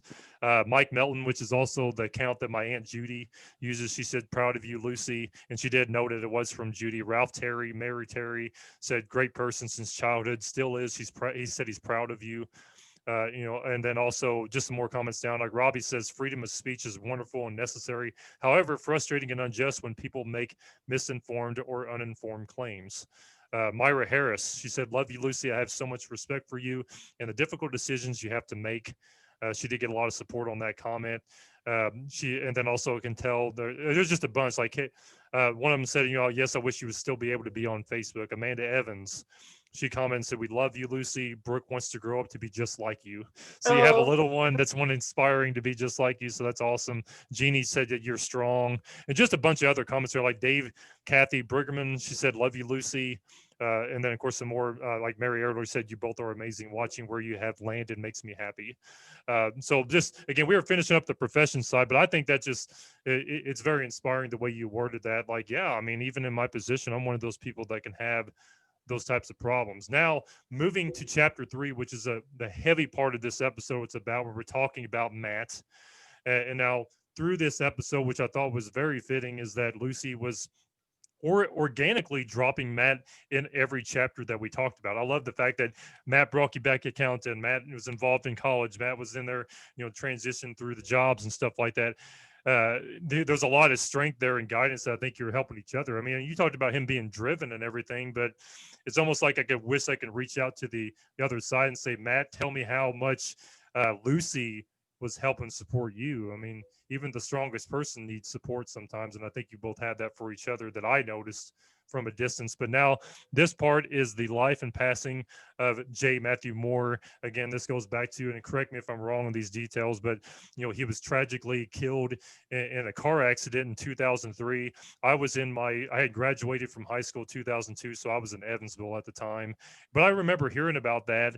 I remember going to the funeral home for the showing or the funeral services, but it was the showing. But I remember just seeing how, and this is before Facebook and stuff like that was really blown up, but like you can feel the ripple effect all the way from Evansville, how tragic that was. Like it just felt like it shook Cannington's to its core. It definitely shook you and your family. Obviously, I mean, it hurts your souls what it went through, but like one of the things that stuck out to me was just being at the funeral. And I still remember I talked to Dylan Thomas about this several times, is that he was just a kid back then. I want to say like junior high or whatever. But I remember the whole junior high boys basketball team, or at least most of them, were like huddled up together, crying, consoling each other near Matt, still like trying to process the fact that their coach was gone at the level that they knew him. So that was something that stuck out to me. I've had deep conversations with Mike Evans about it. He was an assistant of Matt, Yeah. so he kind of described him to me. But they were all looking forward to this episode too. But again, I know we're kind of trending that. But the part I thought would be good to facilitate is I developed this part of the show plan to just kind of be a guide. You can be very open how you want to talk about it. I just got some things sprinkled in here. You talked about the origin story in somewhat ways. You talked about the dreams and aspirations in a lot of ways that you share. I think the best way to start is you talked about him being driven, but let me ask you, especially for someone like me that didn't know Matt personally, I never got to, I think, physically be around him. How would you describe Matt to someone, like his character, him as a person? How would you describe him? Um, again, driven. Matt was very driven. I don't think I can't say that he never failed at anything. Matt had, and if his mother is here, she'd be able to explain it better than anyone. He had a form of dyslexia, and so he always had to work a little bit harder than everyone else whenever it came to writing and mathematics. He had asthma, and so but he was loved playing sports. So his mother put him in swimming in an early age to build up his lungs enough so that he could do that. And he was actually on that 1993 Tell City Boys basketball team that won the sectional. And this is before the class the class system took over Indiana basketball. It was hard fought, and so Matt was always a fighter in things. And Matt was fun. Matt was a fun guy to be around. He was. He loved one of his favorite things that he loved was Colts football and grilling out or tailgating before the football games. And he and my brother-in-law, who has since passed, used to love to make ribs and wings and sit around and watch football and drink beer. And again, I'm a simple person. We're simple people, and that he loved that. And I remember one of the highlights of his life was whenever we finally we had enough money that he could become a Colts season pass holder. And Nice. and you would have thought that at that point of our careers that we were mega millionaires. That he had enough, and we didn't have like good seats by any means. Like they were kind of okayish seats, but you would have thought that that was the pinnacle of his career. Whenever we had enough disposable income that he could afford those tickets, and he went to every game, and he was passionate about IU.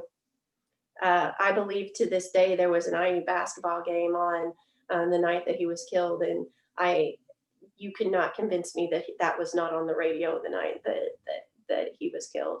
And he loved basketball. He loved coaching that junior high team.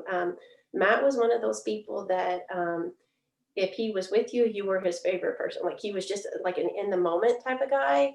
And Hmm. you didn't realize that then. It's one of those things that you look back on and you cherish that he loved the moment that he was in. And he especially loved the moments that involved Indiana basketball and Colts football. And one of the things that I'll share with Matt, and I don't know if his parents ever caught on to, I'm a Cardinals girl who married a Reds fan.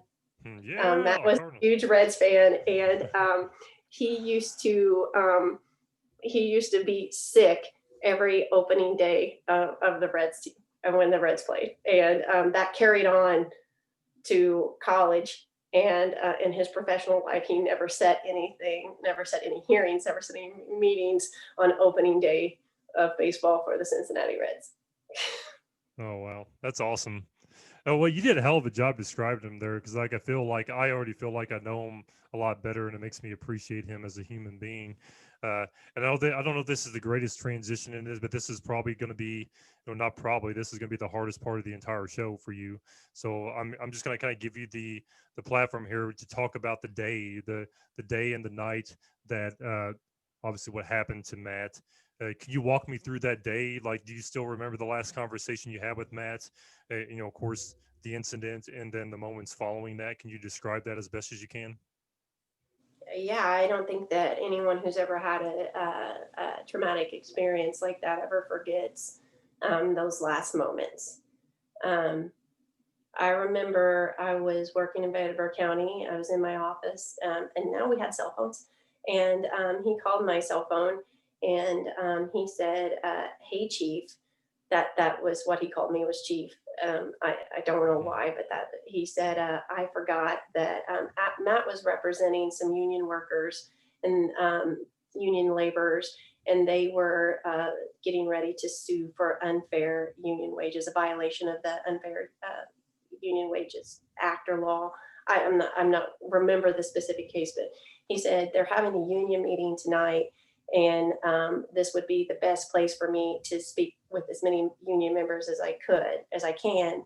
And so I believe he was going to New Albany, and he said, pick up some beer and some pizza, and then we'll just watch TV when I get home. Okay, no big deal. And so, again, we had legal custody of my nephew, Zachary.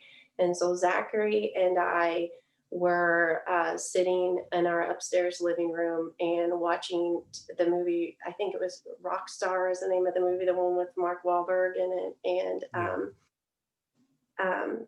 I could hear my mom in my house. Like there was no knock at the door. There was no call that they were coming over.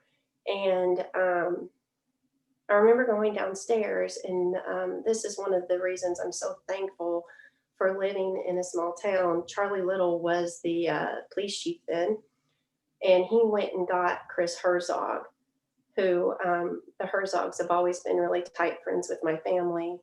And Chris and Charlie went and got my parents before they came to me. Um, because putting this in perspective, I was 26 years old when Matt was killed, and so they went and they got my parents before they came to my house. And I remember my dad couldn't look me in the eyes, and it's one of the few times in my life I remember my father crying, and I remember my mom kept saying, "It's awful, it's awful."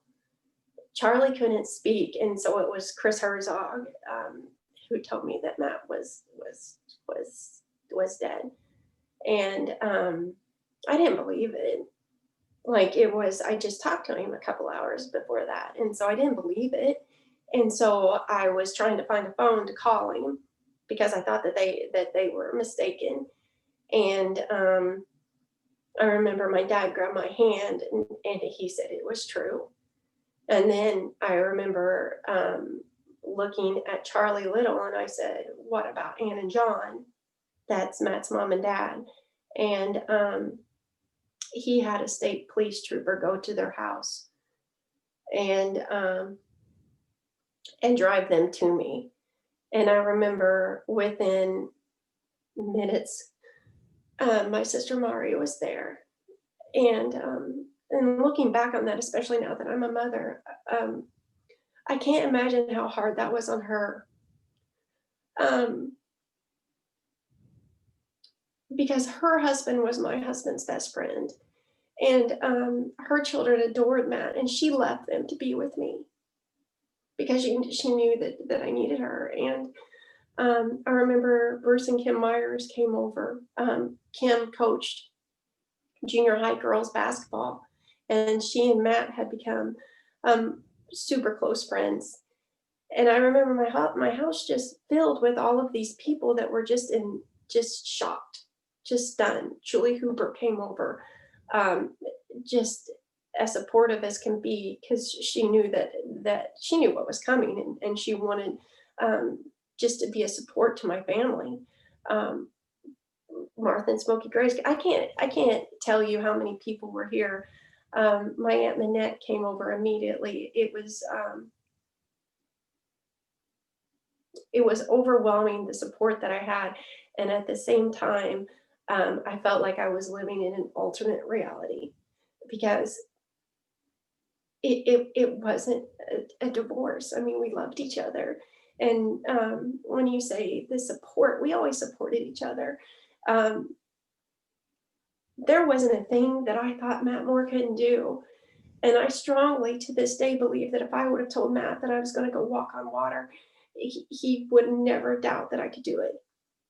Um, and when you lose someone like that, it's any loss is just that. It's a part of your soul that you can't get back. And I remember at the funeral, a lady, and I don't remember her name, a lady said to me, she said, you don't appreciate this now, but you will. And she said, it's quality over quantity. And I believe that wholeheartedly. And I also know that it's because of Matt and our marriage and how he loved me, that I can love Adam and I can love Asher, and we can have what we built on. Yeah. It was the single worst day of my life, and I wouldn't wish that on anyone. Well, I say if you'd like a break, Lucy, I can jump in unless you want to continue talking. Uh, it's for one, you did a good job of just kind of putting me vicariously or being there in that moment through that night and just walking through that. It's like I can partially feel what it was like for you from that perspective, what that was like for your mom and dad, for Charlie Little, for Chris Herzog and them. I can't imagine, like, what do you say to someone that you care about and love, that they just had someone ripped from their life that was that important. I mean, they were a strong part of your fabric. You're talking about your husband, someone that you guys have been tag team partners the whole time. So I think the part that stands out to me the most is just the best way I can respond to that is if you could see the Facebook live comment section right now, it is blowing up, like with crying face emojis. Uh, there's just so many comments I can't bring in. The most commented one I keep seeing is "love you" and "I love you." You mentioned Bruce and Kim Myers; they were coming like just before you even started talking about it. I remember Kim says, "I am crying." Like Kim's on here and watching it, and there's so many people on here. I'm gonna have to just like screenshot some of these, but I think it's better to let them give you initial feedback than me to respond. So this is about as far as up I can go. Like Janet Strobel McFarland said, Matt always had a heart of gold, and you both are great role models. And then I mentioned Kim's comment after that. Jeannie said, I remember this day like it was yesterday. Erica Hedinger said she was a schoolmate of mine, very kind-hearted. So hugs, Lucy. Thank you for sharing. Manette Van Winkle said, sad night with a crying face. Margaret Anastasiadis, she said, I have so many memories of you and Matt babysitting us as kids. Uh, and then, like Jeannie, she was one of Brandy, your friend Brandy. She has she's crying and heart emoji saying, love you, Lucy. Obviously, she was one of those close to you. Julie Harris, Margaret, again, my cousin Heather. She said, bless her heart. Uh, just tons of people with heart. My aunt has a crying face on here too that they're listening to it. There's just so many other Dave, Kathy Brigman says, I will never forget that night. So sad. And Julie Hoover Bishop, you mentioned her name. She said, I couldn't stand walking to the post office. I'm starting to get emotional trying to read it. I'm sorry. From Counting office, seeing their dog sitting in the window, and in my head, they were looking for Matt. Kim said, I talked to him. They're coming in so fast, I'm having a hard time. It says, I talked to him that day about our game coming up. They had a game the next day. Yeah. I remember you went back to Mike Evans. They were supposed to have a game that Saturday. Matt was killed on a Friday night. And God bless Mike Evans. So when the rest of us are just in this shock and this awe, Mike was scrambling to find, because Matt had the uniforms in his car. And so Mike was scrambling to find uniforms and what are we going to do? I believe they canceled the game. I don't even know what they did, but I know that looking back, I felt like Mike didn't even have a good chance to even grieve, because he was just thrust in this moment of picking things back up for these kids. Yeah, I do know just from I do know from talking to him that Mike is always one of those guys, and I think you know him too. He doesn't show a lot of emotion. Like if he does, it takes a very vulnerable state or something very impactful. And just Mike talked to me about it, and me and Robbie, I think, in a little bit in private about it before. I could tell it was hard for him, but I think in that moment everything was happening so fast. Some people just couldn't even. You're in a state of shock. I mean, some people you can't even have enough time to slow down. Some people don't want to slow down and think about it. And they're like, you even mentioned it feeling like an alternate reality. But to kind of continue with some of the comments, because I felt like they were more meaningful than something that I could even say right now, is again, I mentioned Kim talking about that game. Dylan Thomas, I wanted to call him out his comment. Oh, yeah. He was the one I told you, the kid, he said, terrible day. I looked up to him. I'm trying not to get emotional again, because he was one of them that I saw with my own eyes how bad it hurt him. He said, terrible day. I looked up to him. I can't imagine the impact he would have had on that little town had he had been given more time. I miss him every day. And then several ones too, more on here, like Felicia DuPont did say, yes, we did have a game the next day. Chastity, she had commented hugs on here. So just a lot of different comments, some of them coming in privately. Which I'll apologize to those on the private messenger, because I can't really look at all of them right now, but I'll definitely relay them to her after the show's over. But not that it's over just quite yet. You covered quite a bit there, and I mean, even to this day, Lucy, not knowing him closely like that, I remember being emotional about it in Evansville, because I think. Okay, not knowing him as well as I did, all the people that I know, though, I mean, they're crying, they're upset. Uh, one of the things that comes to mind, it makes me think of Mark Miller's funeral back in the day, whenever he was killed in Desert Storm. I mean, when you're a little kid, I still remember that being the most traumatic thing for me as a kid, when I really first felt like what sorrow felt like, when you're in an old gymnasium filled with what seems like thousands of crying faces, and you're like, what's going on? And you don't really understand like the overall situation. But anyways, like with you and your family and everything, that's what hurt me the most, is seeing how it fractured you. uh Again, I mean, I know we weren't like buddy like we're hanging out like at the level like you talked to all of them, but you're still with someone that I cared about. You're still someone a part of the community just like everybody else, but you, like I said, you just see this huge like an explosion, and you just see this mass wave of destruction, especially on an emotional level, just take so many people out and down to their knees, basically, figuratively in that sense. And even from a distance, you feel like you want to do something, and you don't know what to do. You feel like you want to say something to make everything better, and you can't. all I could, even to this day, it's something I never forgot about myself. I mean, I remember hearing not extreme details, but the details that you covered and just how much it hurt you and your family, and how much that's still hard to process to this day. Like you said it yourself, you never forget something like that. You never just forget that day. You still remember the last conversation in detail. You remember what you were planning on, looking forward to, drinking beer and eating pizza that night. Sounds simple, a simple woman like you and him. That's all you guys really needed. And It was. but like, I think a good turning point there is, again, there's still a bunch of comments coming in on here that I'll have to acknowledge. Like Derek Llewellyn, I'll say his. He said, much respect for our judge, developing with our childhood friend, prosecuting attorney, and judge. Her personal journey has certainly influenced the great passion she has for her work. So that was Police Chief Derek Llewellyn.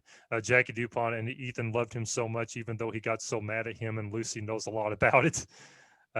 She had said before that Lucy is one of the strongest ladies I will ever know.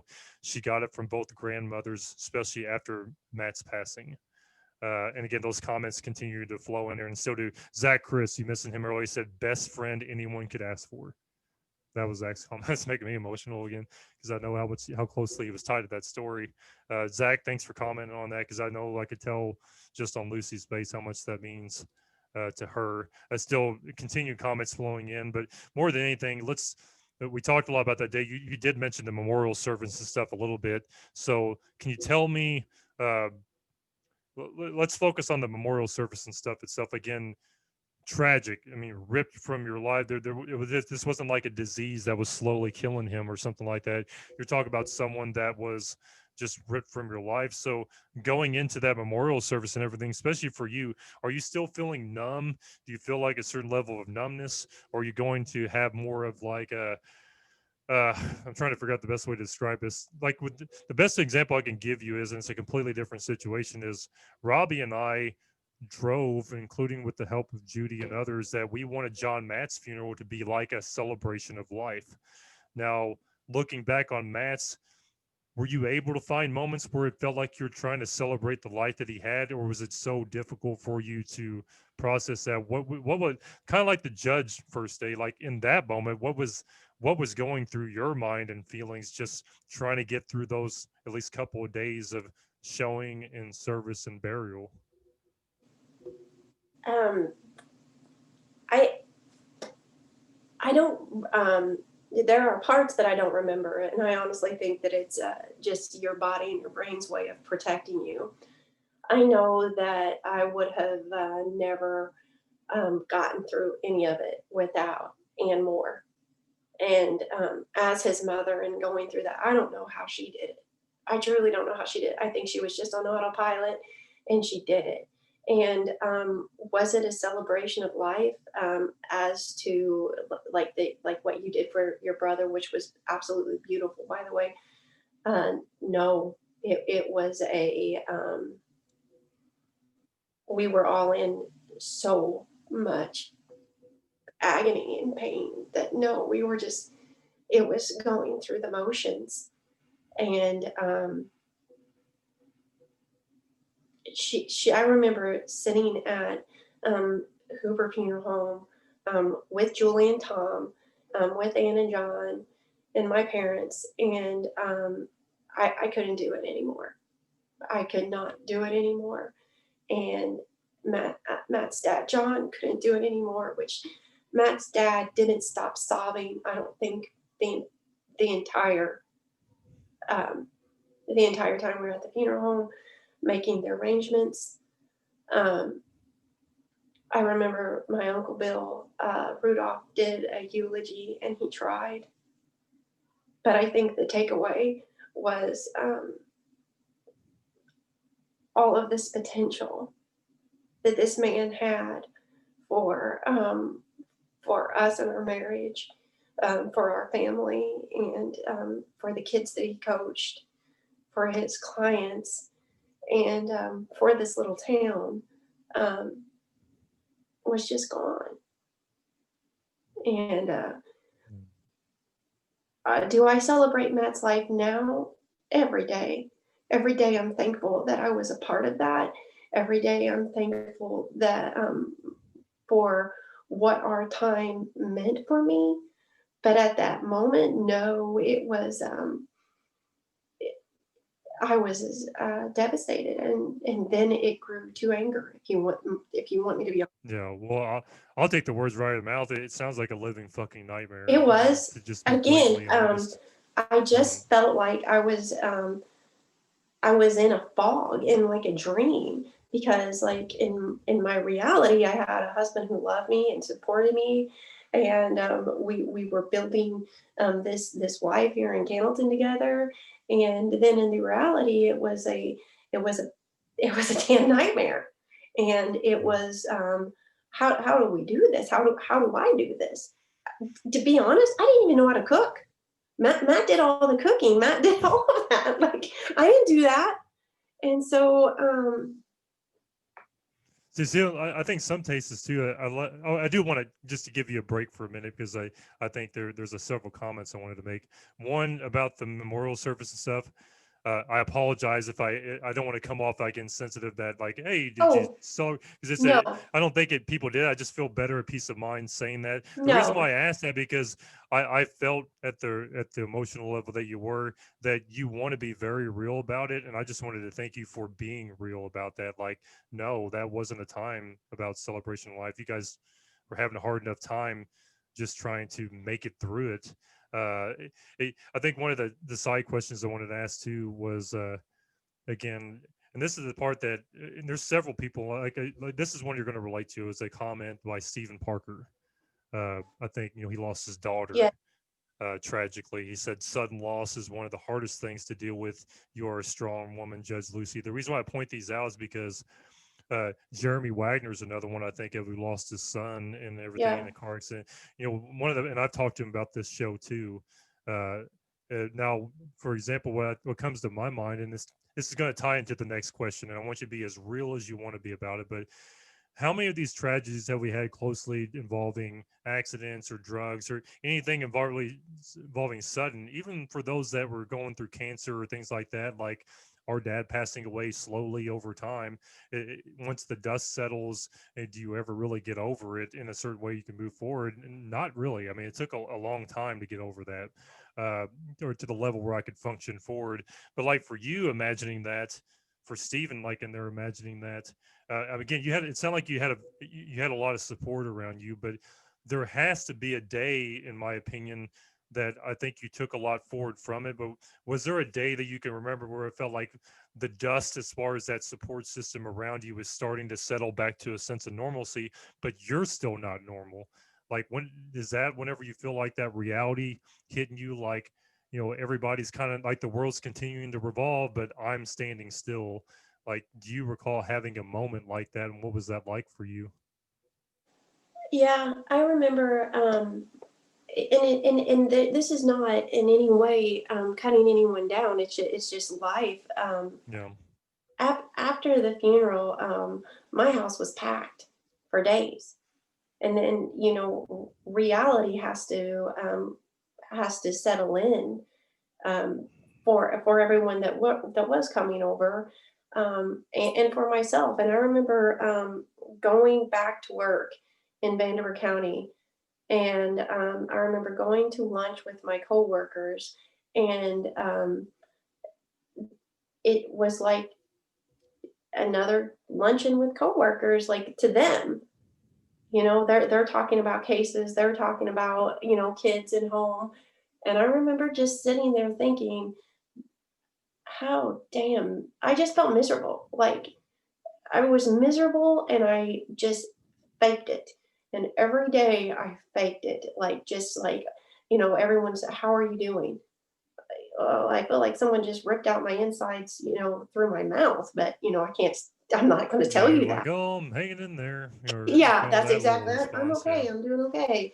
And no, I was not doing okay. Yeah. Well, that's But another part why I want to be real with that too. Go continue though, if you still wanted to continue to talk about that, go ahead. I just remember praying to God that for something to make me feel alive again. Because, like, at that point, everything felt dead. and and God answers prayers. And I did start feeling alive again. And again, I attribute that as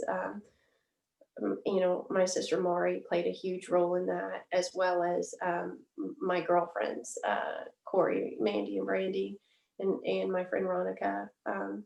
They played a huge role in that, in keeping me busy. I'll never forget one time, Mandy just showed up at my house, and she was like, "What are you doing?"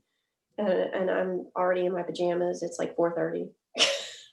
And she said, "Come on, we're going to go to Walmart." And I know it sounds like so stupid and so simple, but at that time, I was like a hermit. I wasn't even leaving. And just that act of getting me out of my house, looking back at that moment, meant so much. Just little things that people would do. And that's how you go forward. You don't go forward in leaps and bounds. You go forward in little baby steps. And I had a great support system there for those baby steps. Well, the part that really sticks out to me is just one of the last things you just said there, the little things. The little things go a long way, even whenever you, uh, and I kind of use that term loosely about like things going back to normalcy, because especially the people that were close to you, obviously they understand that there's no sense of normal anymore after something like that, or you're trying to find the closest thing to what would be maybe starting a new chapter in a way, but still not losing that person that you had before in your life. Like you'd never forget him, or like you said, you celebrate him every day now.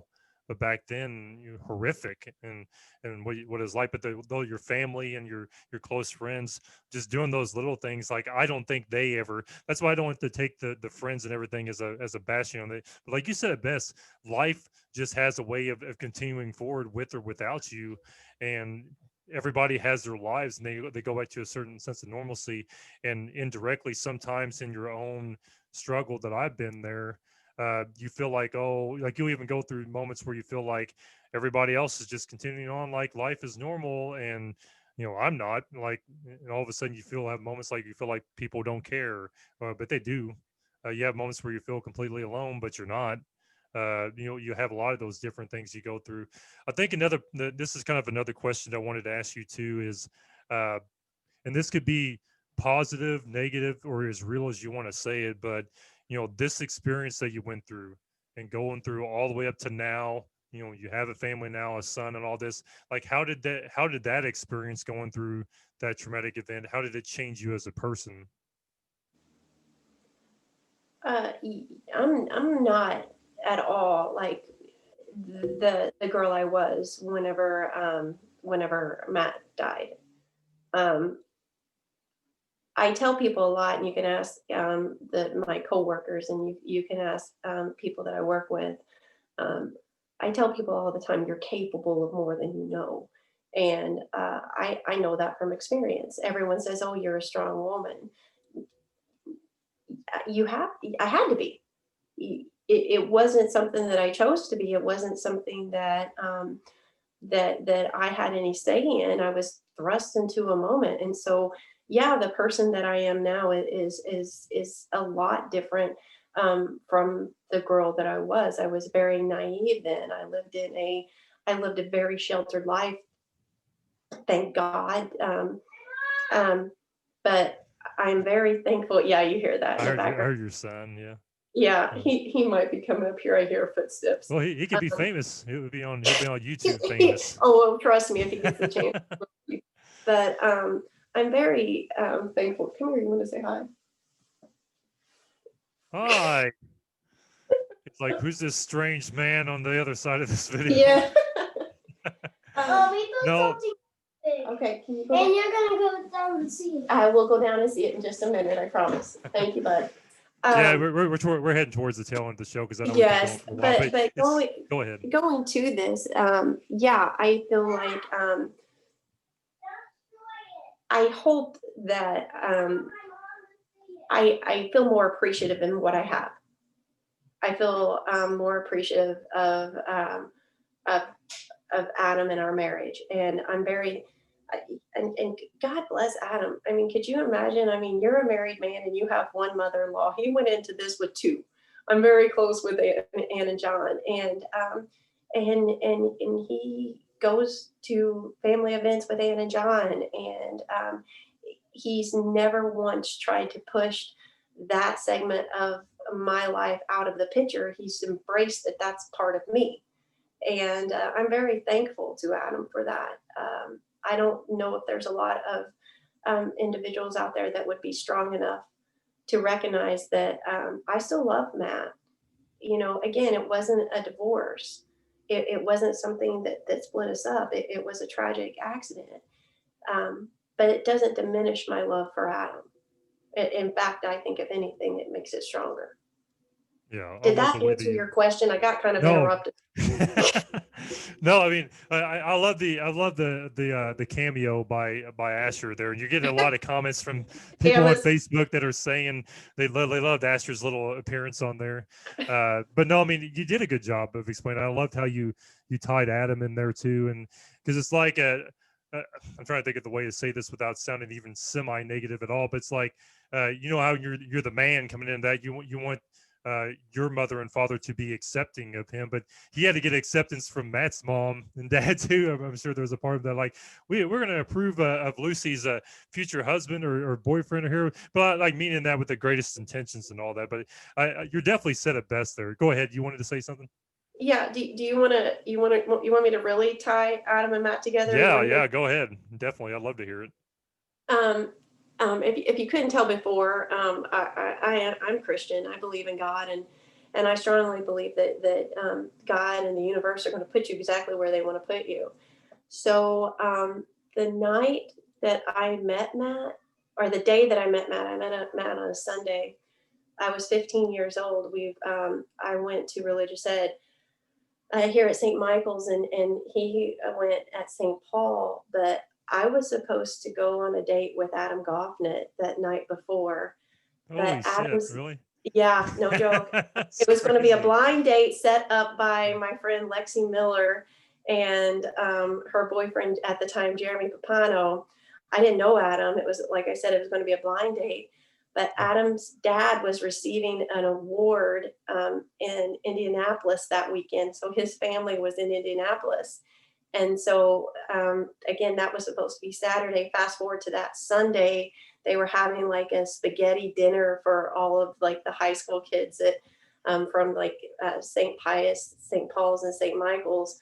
And I happened to sit across from Matt Moore. And wow. So fast forward all of those years later, then I'm working in Vanderbilt County when Matt died. And my boss was married to Adam's boss. And she says to me, when you're ready, I want to introduce you to a guy that Paul works with. His name is Adam Goffinet. And so, again, just... It feels like fate or like destiny. Kind of feels like someone that God can said, help you, this... Like that's the person right there. It sounds like it was just I don't know. It's like something you'd hear out of a movie, but it's real life in that way. It was real life. It's real life. Yeah. No, but we are getting towards the tail end of the show, and these are, I could lump these probably into the same questions, but I want to word, you're probably going to feel like maybe you're not the best person to give advice because it's hard to, not saying that in a shitty way or nothing. I'm just saying, considering the circumstance. Yeah, like, you're not the best person for advice, Lucy. You got problems. You're a terrible person. No, I mean, I'll say that about me, but I mean, I wanted to ask you, like, going through this whole experience here, and I word this question this way because it's tragic. It doesn't diminish it, but kind of like COVID, you look at the numbers of deaths, the numbers of infections, and sometimes you'll just get caught up in the day. You'll just see thousands and thousands of people that died, but you don't really think about each one of those as a person. Each one of those is someone's mother or father, son, daughter, and so on. Like much like car accidents or different statistics, you go there. Matt wasn't a number. Matt was somebody to a lot of people. Now, for you, though, there's other people that have lost people tragically, whether car accidents, people that are involved in the show right now that are watching it live. So my question to you is, what would be your advice to those listening who have gone through something similar? And what advice would you give to those who haven't been through it but really want to understand? Like, how would you try to explain to them, I guess, just like I think my best way to word it is like there's probably other people that are struggling with this too, coping through these things. Is there certain levels of advice you can give them from your experience of like what is the best way forward? I think, and this isn't a good answer, but I think that it's very individualized. Uh, I was very fortunate in that my mother-in-law Ann got me into a counselor the day after Matt. The day after we buried Matt, and the my one takeaway from that counseling was whatever emotion that I was having was the okay emotion to have at that time, as long as it didn't involve hurting myself or hurting others. And so the takeaway for people that are wanting to be with someone or be there for someone who's experienced loss is don't judge them. If there's no right way to grieve, there's no this is the step by step book on how to grieve, and they are not that same person that they were before this traumatic experience that has taken someone from their life, being an accident, cancer, whatever. They're not that same person, but they're still a very lovable person, and they're still your friend, they're still your family, they're still your loved one. But give them room, let them breathe. And again, going back to the person that has lost someone, there's no wrong. It's okay if you get up and you have a good day. you know I remember feeling guilty about that early on, feeling guilty if I had a good day because it was a day that Matt wasn't there. Now looking back on it, it's like he would want me to have a good day. He would Exactly. want me to have all of this, but at the time I wasn't there yet. And so be gentle with yourself, I guess, is the takeaway. Just be gentle with yourself. There's no right way to grieve. Well, the way you worded that was beautiful. That's the way that I can describe that. And there's a lot of people. Again, I wish you could see the Facebook Live. There's a lot of people agreeing with what you're saying on here. Like a lot of amens, including coming from people that I know have been affected by the same if similar type of situations here. And I prefer to end the show here in a little bit with their comments, the ones I haven't said yet. So we're going to go to closing thoughts now. Now I know we went through a really hard chapter there, but Yes. I want you to really slow down and think about from the time we started this to the very end of this. And we're talking about multiple chapters here. We're talking about babysitting the twins. We're talking about you as a person, your profession, talk about someone that was extremely important in your life and how you cope with that and how you're still going through it about life. Now, it's a lot to unpack there. And I'll start with you. So my closing thoughts is we'll kind of go around the room and just say, what was this experience like for us? Like for me, again, I feel like every time I have an episode, I'm like, this is my favorite episode I've ever done. Period. And it does feel like there's just so much that I've taken from it. The best response I can have is like, I can't wait to upload it myself to go back and listen to it again, because there was a lot of humor. There was a lot of sentimental parts about people, the communities that we're from. You said inspiring things about your profession that if like people like Robbie and teachers would show it to their students, might inspire others to get involved in that, or might inspire them to want to understand the judiciary. That's a hard word to say, that Yeah. system. But anyways, there's a lot of that. So I kind of felt like that the way we left off last time, that we're going to have a conversation that's going to be funny, happy, sad, and just about every other emotion in between there. And I felt that a lot. And the comments are just constantly pouring in right now. If you could see it, like there's still over 60, 70 people watching live, have been the whole time. Still tons of comments. So let's get your thoughts first before I close with theirs. Lucy, from top to bottom, again, very courageous and open that you were open to the idea of doing this. Do you have any regrets doing it? And then tell me, like, what's this experience like? How are you feeling leaving the show now after telling the story? Oh, I don't have any regrets. I was very thankful when you asked me to do this because it's important to me that people remember Matt. Like that's very important that people understand the man that he was. I will be honest, I wasn't expecting it to be as hard as it was there in that last chapter. That everything was going so smoothly that kind of took me off guard. But I'm glad for this experience. I hope that you continue to do this for people. I hope that this will be helpful to someone who either has just lost someone, or someone who cares for someone that just lost someone important to them. Again, I'm grateful for this experience. It was a very good experience, and I thank you. Well, that's, and thank you, Lucy. I will start, but yeah, in that last chapter, I think you even surprised yourself about the emotional level. I mean, you had tears just literally streaming down your face, and if you like, again, if you could see the live feed, I mean, there were so many people that were feeling that with you. It's almost Well, like I it wish you started could see out that. so like fun and Yeah, carefree. I but wasn't expecting. oh no, I loved it though, because I loved it in the extent that you felt that comfortable to be that vulnerable. Does that make sense? Because I Yeah. mean, that's something you probably do privately a lot over the years, or even moments where you couldn't cry, but that you got to the point where you felt that comfortable in that moment, that you shared that not just with me, but like tons of people and tons of people going forward. That my biggest thing I can say is, I'm going to read these comments to finish the show, but I want to give some advice to people. I know she doesn't have all, some of you got her contact information, some of her have Twitter. A lot of people still want you to come back to Facebook, by the way.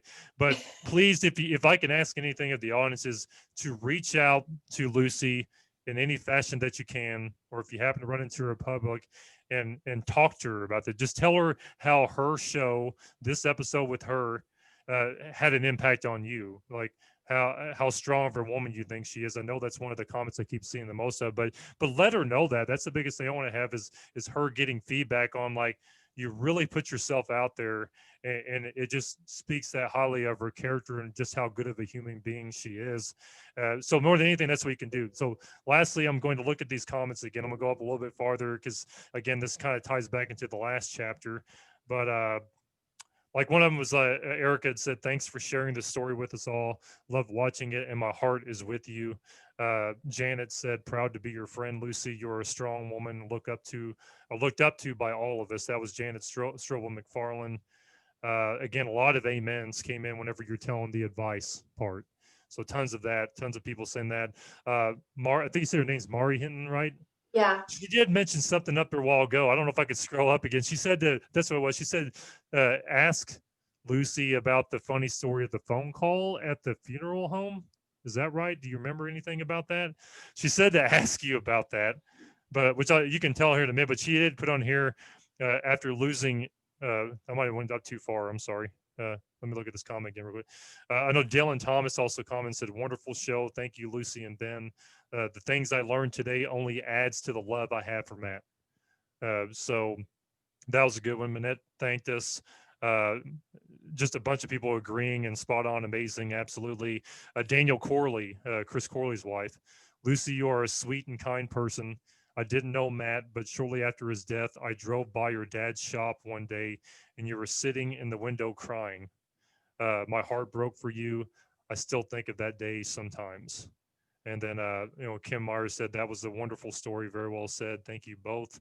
Just a bunch of hearts and other people saying things. People are still pouring in comments.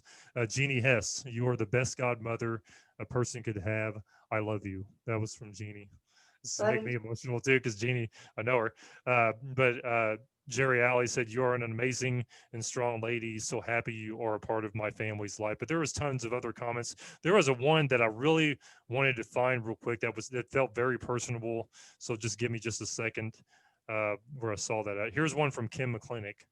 She said, "Since such a wonderful interview, Ben and Lucy, it has been real, loving, inspirational, happy, and sad. It has brought back many memories for all of us listening in. You are loved.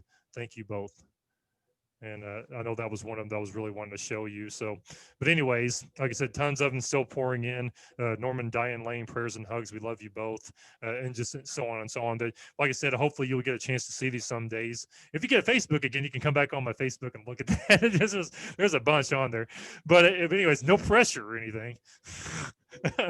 Do it. But anyways, but no, I mean, I absolutely love the fact that you were open to doing this, Lucy, in all seriousness. And I'm leaving the conversation the best way I can say, in agreements with all these other people. I feel like a better human being because of this conversation. This was about you and your story, and I love you for it. And you are like family, just like a part of the community. I have a tremendous amount of respect for you. A ton of people do. And I'm just very much appreciative for you today being open, and then you've made a ton of people better people going forward today just by being real and open about something true that came from your life. So thank you more than anything. As far as our audience goes, this has been on Facebook Live. You will have it out on SoundCloud and YouTube later on. That I'll have those uploaded probably within an hour, hour and a half or so. More than anything, I really appreciate the support. You're going to have some music come up here, and then Lucy, if you don't mind staying just one more minute after we complete the recording, Sure. I'd love to give you a formal goodbye. But other than that, I don't know yet when the next chapter's episode is going to be. Most likely very soon, but just stay tuned to that. Other than that, I hope you guys enjoy the rest of your weekend. Thank you.